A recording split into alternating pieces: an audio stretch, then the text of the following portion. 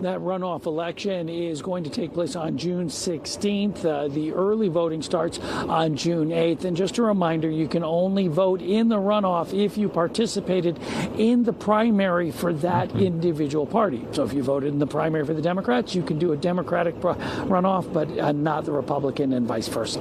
Reporting live from the state capitol, I'm Mark Teichner for Good Day Atlanta. All right. Well, voters also get another chance to decide who will face off against Democratic Senator Jon Ossoff. Now, none of the Republican candidates claimed the majority of the vote, so now Mike Collins and Derek Dooley will each try to prove why they should be on the November ballot. So Good Day's Lindsay Tuman live downtown now with the details on that race. Lindsay, good morning. Yeah, good morning to you, Paul and Natalie. And just like Mark was talking about, another really closely watched race, one that certainly folks are going to be participating in this time around as well. Now, with 99% of the precincts reporting, we're looking at Mike Collins taking about 41% of votes last night, and Derek Dooley claimed 30%. So even with that spread, Dooley says he is confident that they have momentum on their side and that they're going to be the ones on the ballot in November. So the stakes are high for the entire country with this race. Jon Ossoff is the only Democratic senator in the country seeking re-election this year. And the candidates running against him are starkly different. Dooley is a lawyer and a former football coach, and this is the first time he's been running for a public office. He says the fact that he's a political outsider is his strength, and he's pushing for term limits, tighter controls on legislators as well. Meanwhile, Mike Collins says his track record in Congress is what makes him the better candidate, citing the two pieces of legislation he helped push through, including the Lincoln-Riley Act. I ran because I was sick of watching the careerism that's going on up there, the corruption that's going on up there, the inaction where there's a lot of yelling and screaming and nobody's getting anything done. With me as a nominee, you're not just going to get to replace Jon Ossoff, but you're going to replace a Democrat with an actual conservative who will fight, and I mean fight. Yeah, well, the Ossoff campaign released a statement about this last night. It said in part that the candidates will, quote, limp into a month-long race to the bottom that will surely leave both broke and unelectable. And again, that runoff set for June the 16th. Reporting live in downtown, I'm Lindsay Tuman for Good Day Atlanta. All right, Lindsay, we appreciate the update. Thank you. Meanwhile, there's also a runoff for Georgia's lieutenant governor between Democratic candidates Josh McLaurin and Nabila Parks. Republican State Senator John F. Kennedy will advance to a runoff for the Republican nomination with State Senator Greg Dolezal.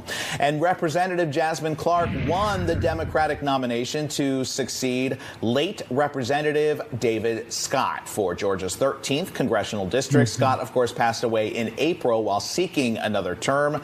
Meanwhile, Jonathan Chavez ran unopposed for the Republican nomination. So we're going to have a full list of results scrolling here at the bottom of your screen and on our website, fox5atlanta.com. And your time right now is... Yeah, so sorry about the little interruption here. Passing some things back and forth to my husband. But yeah, so those are pretty much the outline of the results. So they're going to have a runoff in June. So please make sure if you voted on the Republican side, okay, now this is primarily for the Republican side. If that's the way you voted in this primary election, then you need to show up to vote in the runoff. Okay, it's almost like it's more important than the election because it really determines who's going to be the official moving forward for November, right? So this is not over, right? This is not over. We still have to get to November to make sure that good people are in office.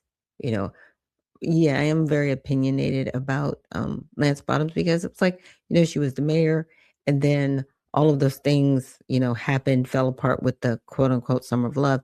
And then she just kind of disappeared. She didn't disappear. She went to go work for the Biden administration. I'm like, why didn't you finish being the mayor, then go work for the Biden administration? Why in the middle of your term, you just left? Well, it was debacle that happened in the city of Atlanta. And you really think we want you to run the state? Like, I can't trust you. I mean, I cannot trust you because what if the same thing happens? The state is falling apart and you're just going to whisk off to Washington, D.C.?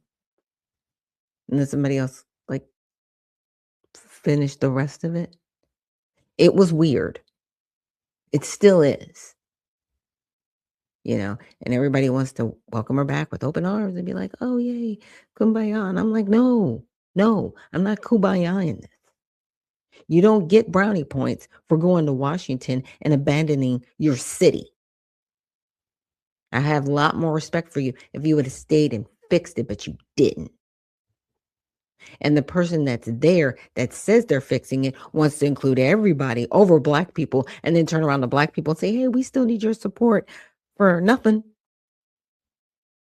Yeah, it's gross.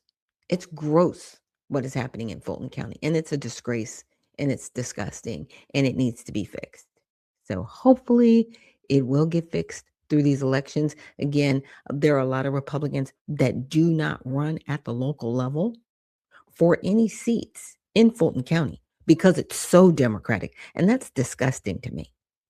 We need some people to run with the Redemption Party in Fulton County. So if you are in Fulton County or any parts of Georgia and you want to run as a candidate with the Redemption Party, please reach out to 𝗬𝗎�redemptionparty.com. That's 𝗬𝗎redemptionparty.com so we can work on getting you on the ballot for an elected position so you can make a change and be a servant of the people.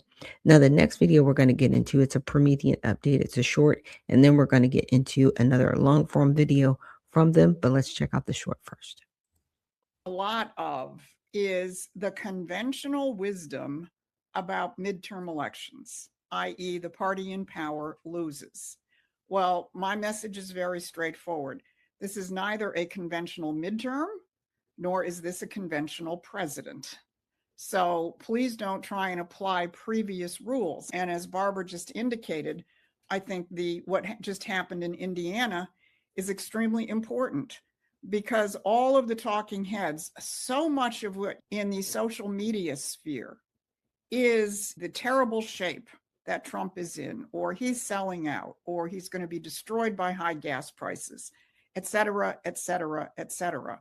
And all of that is pretty much in the world of normal politics. We're in a revolution, and that's what people have to understand. And I think that is the message that people have to think through. How do you communicate that as we're organizing for the midterms? This is not your typical one from column A or one from column B, but rather we're building an entirely new restaurant with an entirely new menu. And it's called the American system. And it's called a world of sovereign nations. And that's where people have to put their heads. So I think people have to put their heads into the same space as President Trump. He often does outrageous things when even we here sometimes go, ouch, did he have to do that? And then you realize, yeah, he did, because he is just in a completely different place in terms of creating a brand new future, breaking the globalist constraints, which have gotten tighter and tighter for over 100 years. And he's just not playing their game any longer. So I think it's extremely important. And I think, as Barbara said, as soon as he gets back from China and we dot the I's and cross the T's with the Iran conflict, and again, you can't say for certainty that it'll be smooth sailing. But once you get that more or less under control, I think he is going to be out of the gate on the question of the economy in ways that you have never seen before. And of course, our job here at Promethean Action is to magnify that.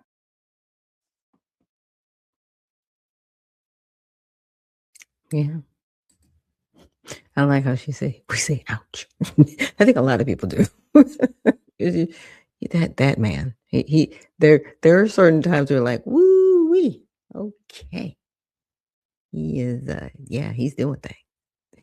Now, here is a longer form video from Promethean, and this one is talking about the recent visit to China. Talking about what Trump and Xi did or didn't agree to in Beijing. But the real story is something no corrupted City of London envoy, no Keir Starmer, no Mark Carney will ever have. Trump and Xi have a personal friendship, and that friendship is totally rewiring global economic and strategic relationships. Vladimir Putin heads to Beijing Tuesday to get briefed. And London? London is screaming because once again, Trump has outfoxed them by just being himself. I'm Barbara Boyd, and I've followed the clash between the British financial empire and Donald Trump's American system economics since 1971, when Nixon crashed Bretton Woods and London became the world's financial power again. Today, I'm telling you about the most important thing to come out of Trump's China visit, why Mark Carney can't stop it, and why London's Democrat insurgency here is taking major body blows. But first, hit the like button and share this video. It increases our reach on YouTube. Now, what really happened in China? Well, here's the real story about China. Xi gave Trump a tour of the secret garden housing his government, a tour he says he shared previously only with President Putin. Yes, there were trade deals, but personal relationship is the point. The backdrop: Trump has moved aggressively to take China out of the Western Hemisphere, Panama, Venezuela, potentially Cuba. The Iran war endangers China's petroleum-dependent economy. But while China is Iran's main customer, most of China's oil and gas come from Russia and other Gulf states Iran keeps attacking. So with all this trouble for China, why does Donald Trump get the secret garden tour previously reserved for Putin? Because Trump is making the strategic situation with China open and stable, just like he did with Putin in Alaska. The U.S. and China are in a race for the scientific and technological discoveries that will define the next generation. The visit began